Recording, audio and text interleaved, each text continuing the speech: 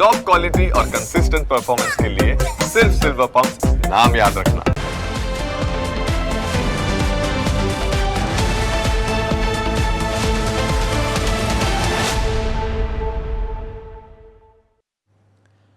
તમને સ્પર્શતા તમામ સમાચારોની છે અમને ફિકર ને એટલે જ હું આપના માટે લઈને આવ્યો છું પ્રાઇમ 9 વિથ જીગર। પ્રાઇમ 9માં આજે 3 અલગ અલગ મુદ્દાઓ વિશે વાત કરીશું। પહેલો મુદ્દો તંત્રના પાપે ઊભી થયેલી જીવલેણ મુશ્કેલીનો છે। બીજો મુદ્દો અમરેલીમાં હત્યાના હિચકારા પ્રયાસનો છે અને ત્રીજો મુદ્દો સુરતમાં નકલી સોનું પધરાવનારા આરોપીઓનો છે। આ તમામ મુદ્દા વિશે વિગતવાર વાત કરીશું, પરંતુ સૌથી પહેલા વાત કરીએ રાજ્યમાં તંત્રના પાપે ભરાતા મોતના ડગલા વિશે।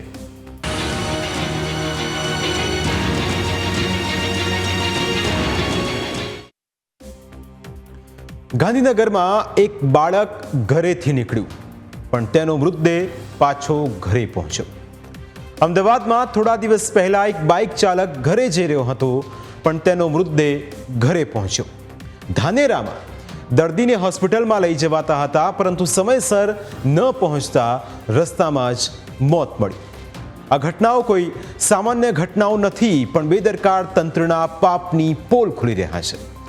જ્યારે સવારે ઘરેથી નીકળો ત્યારે પરિવાર પ્રાર્થના કરે કે તેમનો દીકરો કે દીકરી, પતિ કે પત્ની સલામત પાછા ઘરે આવે, કારણ કે ચોમાસામાં મહાનગરો હવે સુરક્ષિત રહ્યા નથી।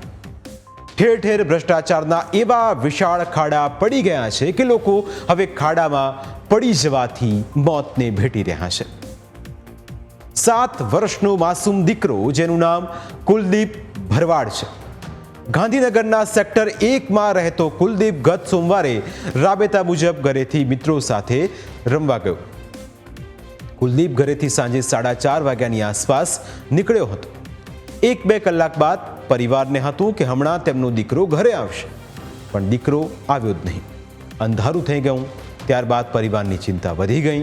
પરિવારે આસપાસમાં બાળકની શોધખોળ કરી પરંતુ કુલદીપ ક્યાંય ન મળ્યો।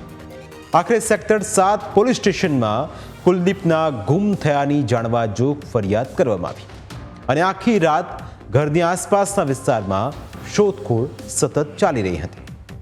ત્યારબાદ આજે તેની સાથે રમી રહેલા બાળકોને પૂછતા કુલદીપ તળાવ બાજુ રમતો હોવાનું જાણવા મળ્યું, જેના પગલે ગાંધીનગર ફાયર બ્રિગેડની ટીમને બોલાવીને તપાસ કરવામાં આવતા કુલદીપ મૃત હાલતમાં મળી આવ્યો। આખરે કેવી રીતે કુલદીપનું મોત થયું તે જુઓ।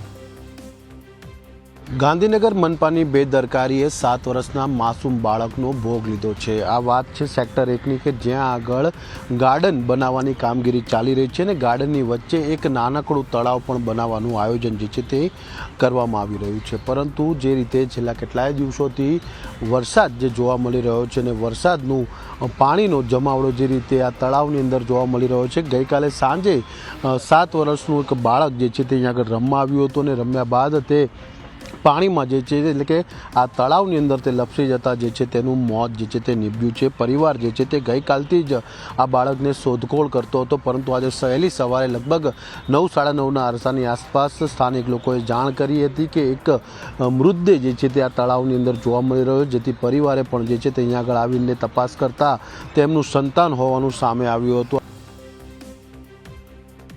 ઘટનામાં તંત્રની ગંભીર બેદરકારી સામે આવી છે। મૃતકના સગાનો આક્ષેપ છે કે ગાંધીનગર કોર્પોરેશન દ્વારા અહીં તળાવ અને ગાર્ડન બનાવવાની કામગીરી ચાલી રહી છે, પરંતુ અહીં કોઈ જ પ્રકારની સુરક્ષા રાખવામાં નથી આવતી। આટલી મોટી કામગીરી ચાલી રહી હોવા છતાં તંત્રએ ચોમાસામાં અહીં બેરિકેડ્સ કે પછી પતરાની દિવાલ કરવાની પણ તસ્દી નહોતી લીધી। જો આ તળાવને કોર્ડન કરી દેવાયું હોત તો કદાચ આજે કુલદીપનો જીવ બુઝાઈ ન ગયો હોત, પરંતુ તંત્રની લાલિયાવાડીના કારણે એક પરિવારે પોતાનો વહાલસોયો દીકરો ગુમાવ્યો છે, જેને લઈ હવે તેના સ્વજનોએ તંત્ર સામે રોષ વ્યક્ત કર્યો છે। એ કામ ચાલી રહ્યું છે અહીંયા જીએમસીનું, ત્યાં કોઈ બેરિકેડ નથી મૂક્યા કે કોઈ અહીંયા સિક્યુરિટી ગાર્ડ નથી મૂક્યો, મતલબ તંત્રની બેદરકારીથી અહીંયા કામ ચાલી રહ્યું છે। જેમ ફાવે એમ કામ કરી રહ્યા છે। કોઈ માણસનો જીવ જાય કે ગમે તે જાય એનાથી એમને કોઈ લેવા દેવા નથી, ખાલી એમના કામથી મતલબ હોય એ રીતના એ કામ કરી રહ્યા છે। અહીંના કોર્પોરેટર કહો કે જેને ટેન્ડર આપ્યું છે, કે જે કોન્ટ્રાક્ટર કહો કે એન્જિનિયર કહો, અમે સવારથી જાણ કરીએ અહીંના ઘટના સ્થળે કે આવું બન્યું છે, પણ હજુ સુધી કોઈ અમને જવાબ આપ્યો નથી કે કોઈ ઘટના સ્થળે અલર્ટ આવ્યું નથી અહીંયા કન રૂબરૂ। તળાવની આસપાસ ક્યાંય સિક્યુરિટી ગાર્ડ દેખાતા નથી અને ક્યાંય બેરિકેડિંગ પણ કરેલું નથી. તેમ છતાં ગાંધીનગરના સત્તાધીશો એવો દાવો કરી રહ્યા છે કે કમ્પાઉન્ડ વોલ બનાવેલી છે અને ત્યાં સિક્યુરિટી ગાર્ડ પણ છે. સાથે જ તળાવનું કામ કરી રહેલી એજન્સી સામે શિક્ષાત્મક કાર્યવાહીની પણ મેયરે ખાતરી આપી છે. જે એજન્સી દ્વારા કામ ચાલતું હતું ત્યાં આજુબાજુ કમ્પાઉન્ડ વોલ પણ કરેલી છે અને જે ગેટ રાખેલો છે સાધનોને આવવા જવા માટેનો એના પર અમે સિક્યુરિટી ગાર્ડ પણ બેસાડેલો છે અને આ દુર્ઘટના બની અને એના પર માહિતી આગામી મળશે તો અમે કડકમાં કડક પગલાં લઈશું. જ્યારે પણ આવી ગંભીર ઘટનાઓ બને છે ત્યારે સત્તાધીશો કાર્યવાહી કરવાના દાવા કરીને છટકબારી શોધી લેતા હોય છે, પરંતુ પાછળથી કોઈની સામે જ કાર્યવાહી કરવામાં નથી આવતી. તે એક વરવી વાસ્તવિકતા છે. તંત્રની બેદરકારીથી મોતની આવી એક ઘટના નથી. બનાસકાંઠાના ધાનેરામાં પણ ખાડાના કારણે એક વ્યક્તિએ પોતાનો જીવ ગુમાવવા આવ્યો. ધાનેરામાં તંત્રના પાપે ઠેર ઠેર એવા ખાડા પડી ગયા કે એમ્બ્યુલન્સ કે કોઈની કાર ફસાઈ જતા વાર નથી લાગતી. તેવામાં એક દર્દીને કારમાં હોસ્પિટલ લઈ જવામાં આવી રહ્યો હતો. આ દરમિયાન તેમની કાર 1 કલાક સુધી ખાડામાં ફસાયેલી રહી અને તંત્ર દ્વારા કોઈ જ પ્રકારની મદદ ન મળી, જેના કારણે દર્દી હોસ્પિટલ પહોંચે તે પહેલાં જ કારમાં જ તેનું મોત થઈ ગયું. આ પહેલાં અમદાવાદ શહેરના ઓઢવ વિસ્તારની ઘટના તો તમને યાદ હશે. અહીં અંબિકાનગરમાં એક વ્યક્તિનું ખાડામાં પડી જવાના કારણે મોત થયું.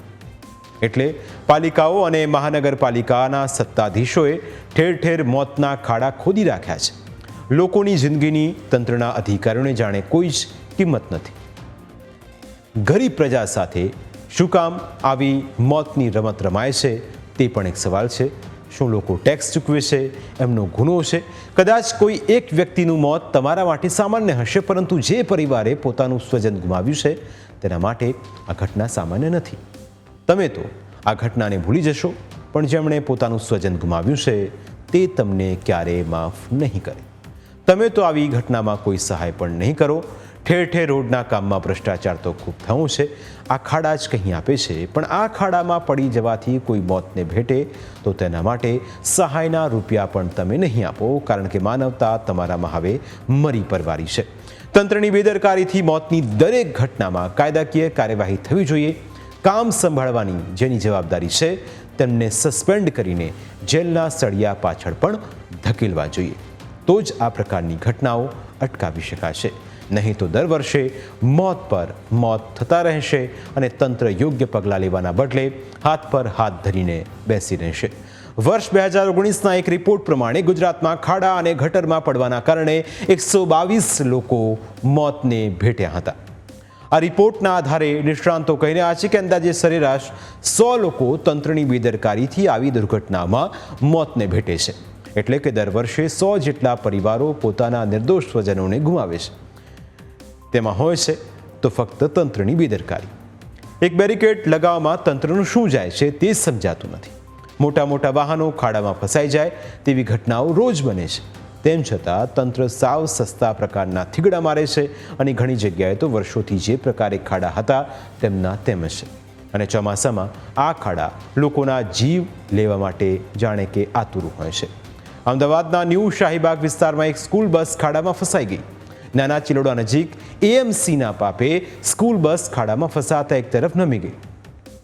બસ આગળ જઈ શકે તેવી કોઈ સ્થિતિ ન હતી, જેને પગલે સ્કૂલ દ્વારા વાલીઓને ફોન કરીને પોતાના બાળકોને સ્થળ પરથી લઈ જવા માટે જાણ કરવામાં આવી. સદનસીબે અહીં મોટી દુર્ઘટના બની નહીં, પણ જો આ બસ ઊંધી વળી ગઈ હોત તો તેના માટે જવાબદાર કોણ હોત? તે પણ એક સૌથી મોટો સવાલ છે.